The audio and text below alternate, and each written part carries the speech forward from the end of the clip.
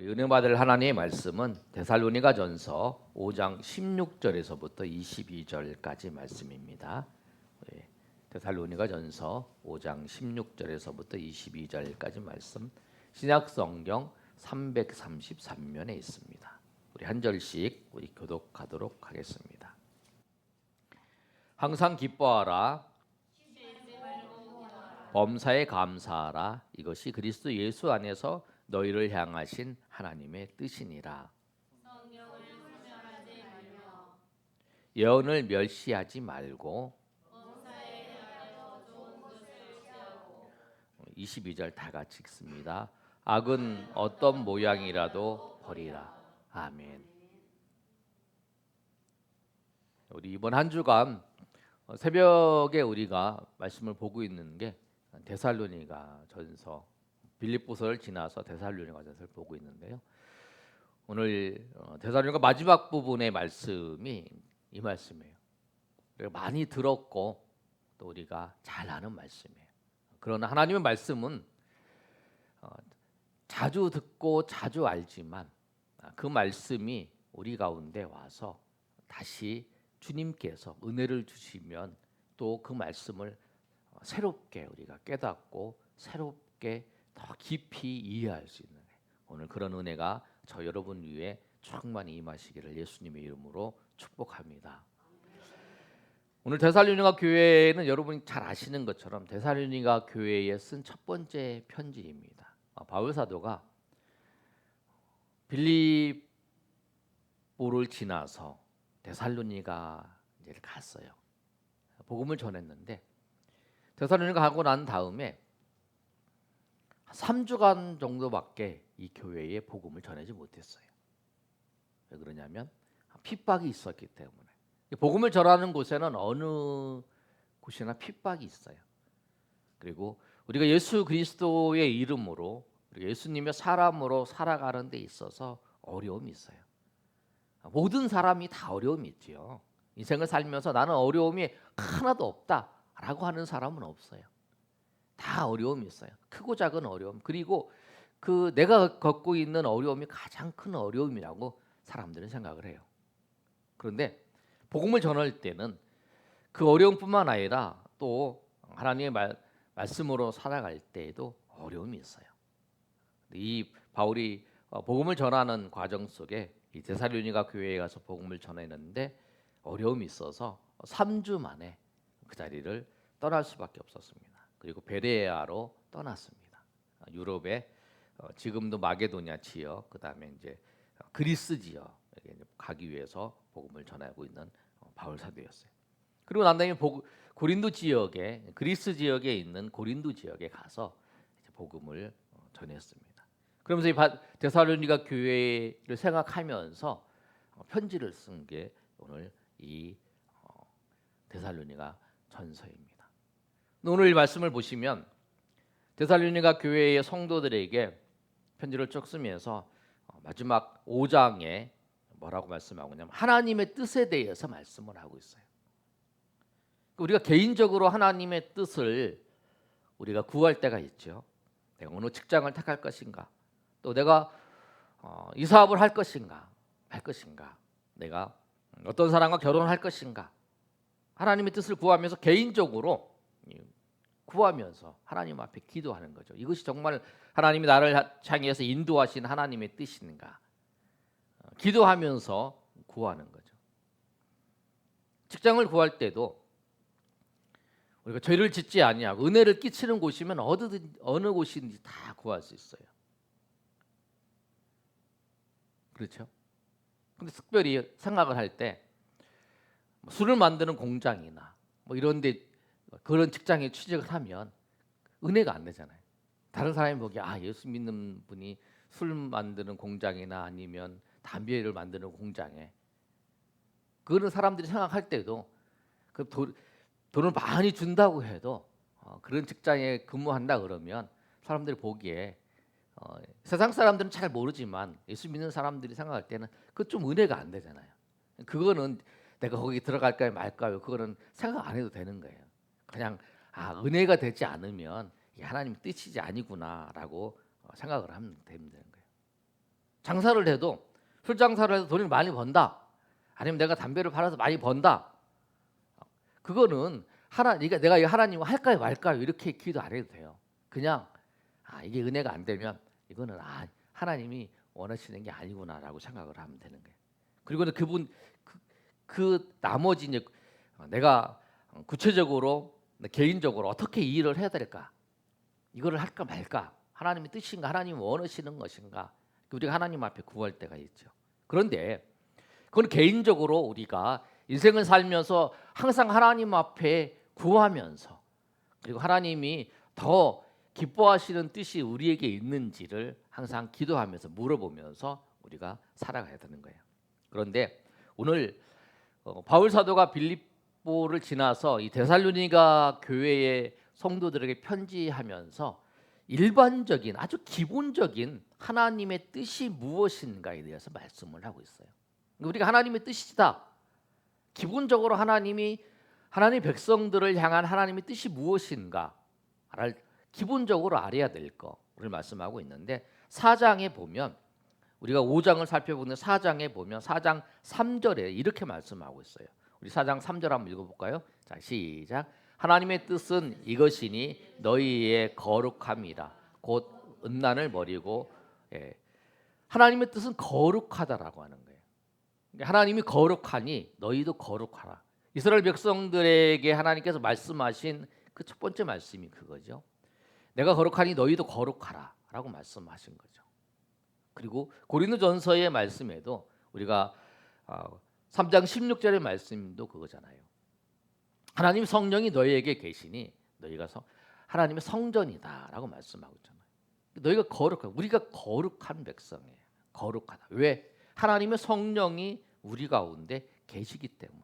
그래서 우리가 우리의 삶을 거룩한 삶을 살아야 된다. 그러면서 이 바울 사도는 이 데살로니가의 교회 성도들에게 거룩하게 살기 위해서 해야 될 것이 뭐냐면 음란을 버리라고 말씀하고 있어요. 왜 음란을 버리라고 말씀하고 있냐면 그 당시에 로마 문화는 아내가 있어도 정부를 얻고 또 애인을 얻고 미소년을 동성애로 얻고 하는 그런 문화의 분위기 속에서요. 그래서 자기 부인하고만 이렇게 충실하게 부부 생활을 하는 사람을 보면 손가락질하면서 이 바보 뭐 이런 그런 사회적 분위기였다라는 거예요. 그런 분위기가 이 데살로니가의 지역에도 있었다라는 거예요. 왜냐하면 이 로마 그 다음에 큰 도시가 이 데살로니가 도시였어요. 그 당시에도 한 200만 명 정도 모였다고 하는 이야기가 있어요. 얼마나 큰 도시였어요.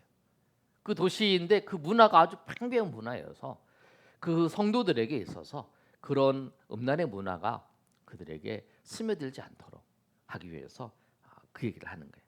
그래서 4장 3절 이후에도 음란을 버리고 각각 존귀함과 거룩함과 존귀함으로 자기의 아내를 대할 줄 알고 하나님을 모르는 이방인과 같이 세욕을 따르지 말고 이 일에 분수를 넘어서 형제를 해하지 말라. 이는 우리가 너희에게 미리 말하고 증하는 것 같이 이 모든 일에 주께서 신원하여 주심이라. 그러면서 그 다음에 하나님이 우리를 부르심은 부정하게 하심이 아니요 거룩하게 하심이다라고 말씀을 하고 있어요. 하나님 우리 부르신 이유는 부정하게 하심이 아니라는 건 부정하게 살라고 하신 것이 아니다. 거룩하게 살라라고 말씀하신 거예요. 하나님의 뜻은 뭐냐면 우리가 하나님의 은혜 안에서 거룩하게 살라라고 말씀하시는 거예요. 그뿐만 아니라 또 버리는 건 이제 음란에 버려서 지금도 이제 음란의 문화가 굉장히 많이 우리를 침범하고 있잖아요. 그 자리에서 우리가 삼가라는 음란을 멀리하고 우리가 거룩한 백성으로 살아라. 그러면서 뭐라고 말씀하냐면 디모데전서 4장 5절의 말씀은 하나님의 말씀과 기도로 거룩하여진다라는 말씀이에요. 음란을 버리고 하나님 말씀을 따라서 우리가 거룩해지기 위해서는 하나님의 말씀을 읽고 또 하나님 앞에 기도함으로 왜냐하면 하나님의 말씀을 읽는다는 건 뭐냐면 하나님을 만나는 거예요. 거룩한 분을 만나는 거죠. 하나님 앞에 기도하는 것도 뭐냐면 거룩한 하나님을 만나는 거예요. 우리가 꽃집에 가면 꽃 냄새가 이렇게 쫙 풍기잖아요. 우리가 생선 가게에 가면 갔다 나오면 생선 냄새가 나잖아요. 꽃집에 가면 꽃 냄새가 풍기는 거죠. 그것처럼 뭐냐면 우리가 예수님을 우리가 말씀을 통해서 주님을 만나고 우리가 기도를 통해서 주님을 만나면 그 주님의 거룩함이 나에게 스며드는 거죠. 그래서 말씀과 기도로 거룩해. 내가 어떻게 거룩해지는가? 하나님 말씀을 묵상하고 또 말씀을 읽고 말씀에 생각을 하고 내가 하나님을 찾고 우리가 앞에서 막 기도한다고 이렇게 하는 게 아니라 하나님의 뜻을 생각하면서 우리가 하나님 앞에 어떻게 할까요, 하나님? 이렇게 물어보면서 생각하면서 그게 기도잖아요. 그렇게 하는 거예요. 그런데 오늘 거룩한 거 말고 하나님의 뜻이 무엇인가 세 가지를 통해서 말씀하고 있는데 일반적으로 하나님의 뜻은 첫 번째가 뭐냐면 항상 기뻐하는 거예요. 한번 읽어보겠습니다. 시작. 항상 기뻐하는 것입니다. 예, 오늘 16절의 말씀에도 항상 기뻐하라 이렇게 말씀하고 있어요. 항상 기뻐하라. 항상 기쁨은 성령의 열매 9가지 열매 중에 하나가 그 기쁨이에요.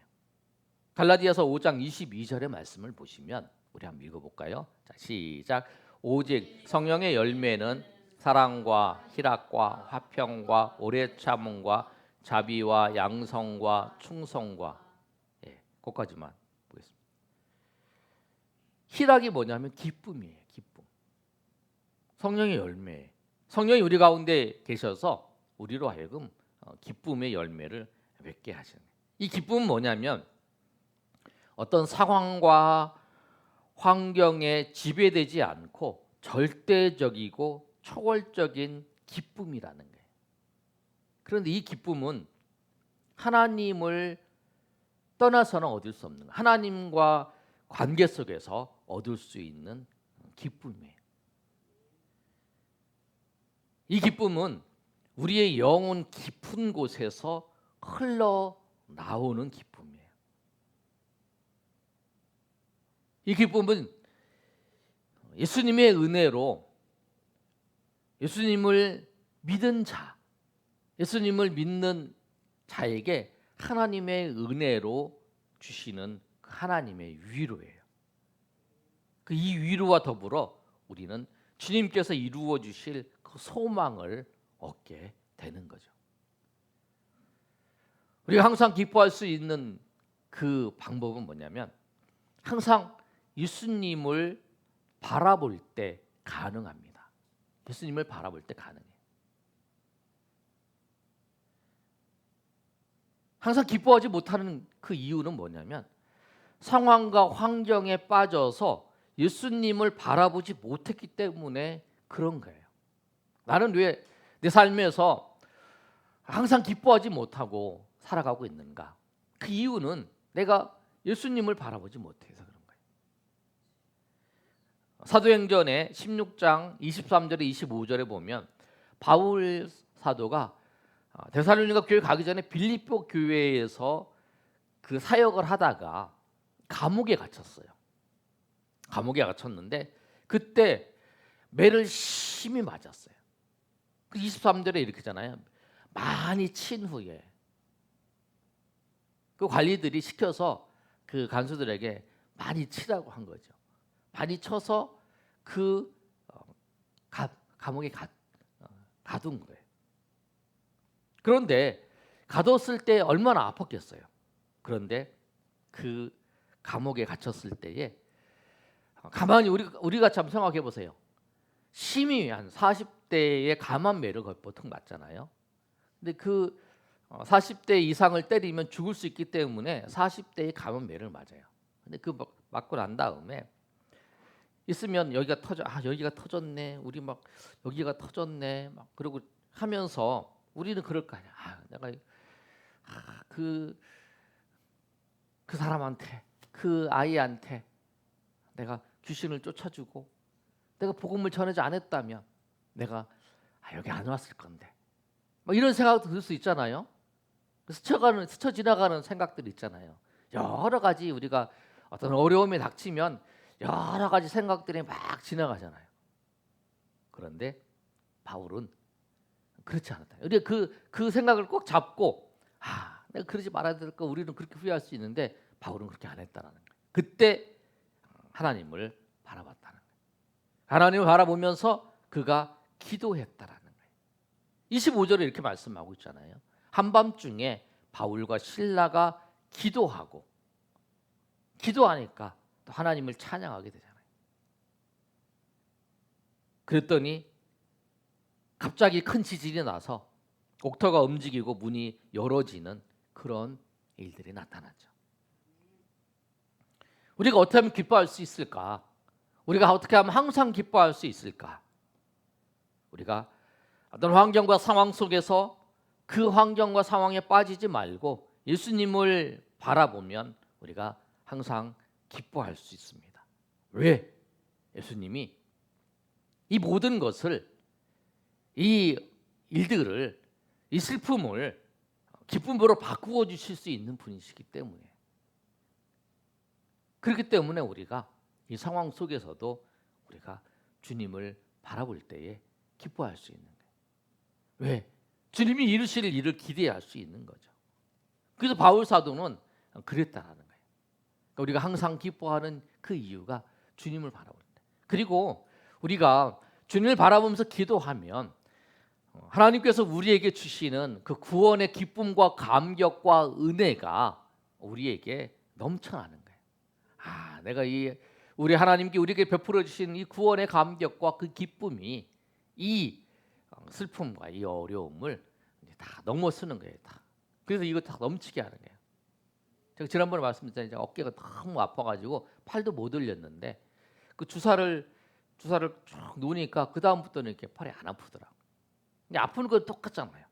그런데 그 주사를 놓으니까 안 아픈 것처럼 우리가 어떤 슬픔인가 어떤 고통이 있어도 주님이 주시는 그 은혜, 주님이 주시는 그 구원의 감격과 은혜의 기쁨은 우리의 슬픔과 우리의 모든 것을 다 잠재울 수 있는 만큼, 다 멈추게 할 수 있는 만큼 그 기쁨과 은혜가 넘친다라고 하는 거예요. 그래서 그것으로 인하여 우리의 지금의 고통을 보다 큰 기쁨이 우리가 항상 기뻐할 수 있는 이유라는 거예요. 그래서 주님을 바라봐요. 그래서 주님을 바라볼 때 그 주님 안에 있는 그 생수의 강이 우리에게 흘러 들어온다는 거예요. 두 번째로 뭐라고 말씀하고 있냐면 항상 기도하라라고, 쉬지 말고 기도하라고 말씀하고 있습니다. 성경에서 우리가 잘 아는 거죠. 쉬지 말고 기도에 대한 내용을 보면 우리가 뭐냐면 숨을 쉬는 호흡이라고 말씀하잖아요. 그리고 대화와 호흡을 말씀하잖아요. 우리가 호흡하는 걸 멈추지 않잖아요. 그리고 이 기도는 나를 위해서 기도하는 게 아니라 하나님의 뜻을 위해서 기도하라는 거예요.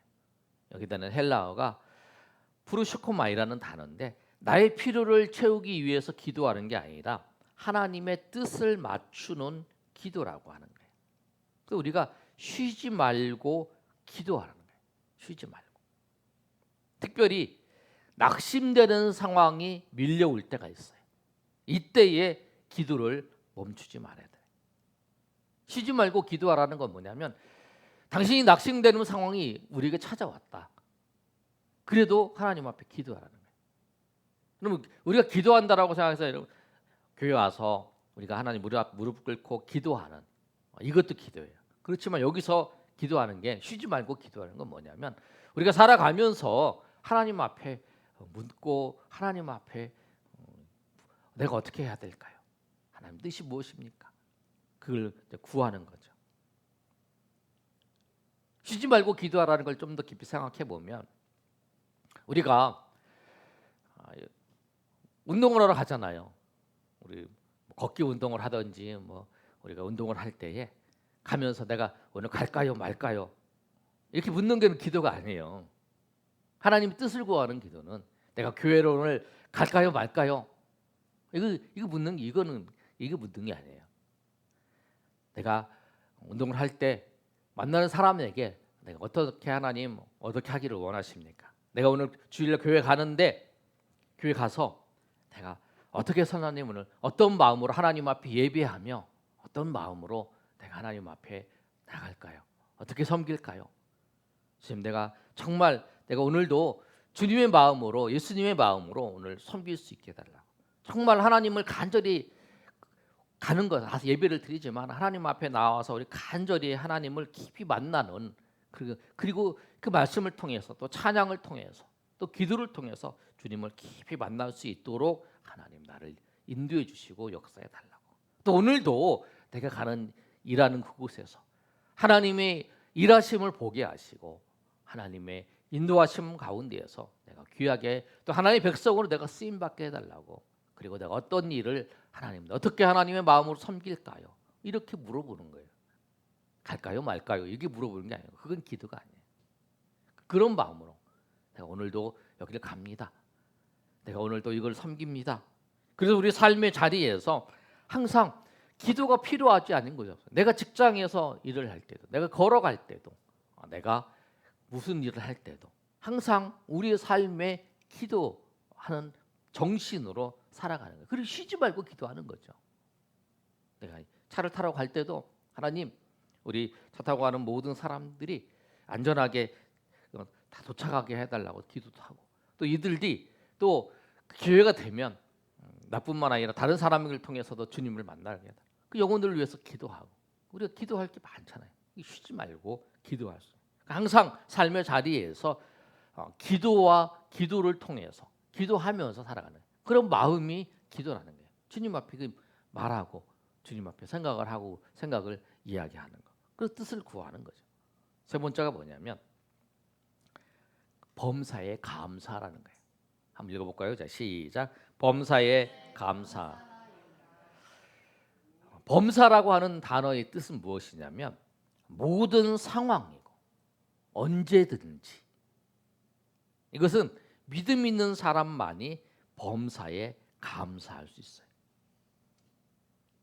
우리 감사는 보통 그거잖아요. 어떤 일이나 사건 때문에 일어나는 그 기쁨을 표현하는 자발적인 감정이라고 얘기를 하는데 예수 믿는 우리는 모든 상황, 모든 여건 속에서도 감사할 수 있어요. 그 이유가 뭘까요?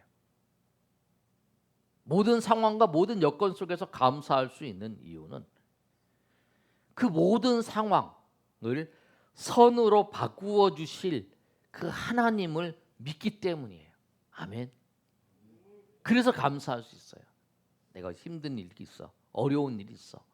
근데 그거 때문에 감사할 수 있는 이유는 이게 끝이 아니라는 거예요. 창세기 50장 20절에 요셉이 형들이 그 자기를 애굽에 팔아버렸어요. 그런데 그 애굽에 팔았을 때에 그 야곱이 죽고 난 다음에 형들이 나한테 복수하면 어떻게 할까? 아버지가 살아 계실 때는 할 수 없었지만 아버지가 돌아가셨으니까 형들이 이 요셉이 나에게 복수를 하면 어떻게 할까? 그 형들이 그런 고민을 한 거예요. 그랬더니 요셉이 이렇게 고백합니다. 50장 20절에 한번 읽어볼까요? 자, 시작. 당신들은 나를 해하려 하였으나 하나님은 그것을 선으로 바꾸사 오늘과 같이 많은 백성의 생명을 구원하게 하시려 하셨나니. 그러면 당신이 나를 팔아서 나를 해하려 했다는 거예요. 차마 동생을 죽일 수 없어서 그러면 죽이는 것보다 그래도 형제를 어떻게 죽이냐. 그래서 노예로 팔아버린 거예요. 그런데 그것을 하나님께서 선으로 바꾸셨다라는 거예요. 그랬다는 거예요. 하나님이 통치하고 하나님이 다스리고 계신다라고 하는 거예요. 그러니까 우리가 꼭 믿어야 될 그 믿음이 뭐냐면 하나님이 다스리고 계시다고 하는 거예요. 우리의 인생을, 우리의 모든 것을 다스리고 계신다. 그걸 섭리라고 그러잖아요. 하나님의 다스림, 하나님의 통치를. 그래서 모든 상황을 하나님께서 선으로 바꾸어 주실 것. 방송이 뭐 삑 소리 나네요. 예, 바꾸어 주실 것을 말씀하고 있어요.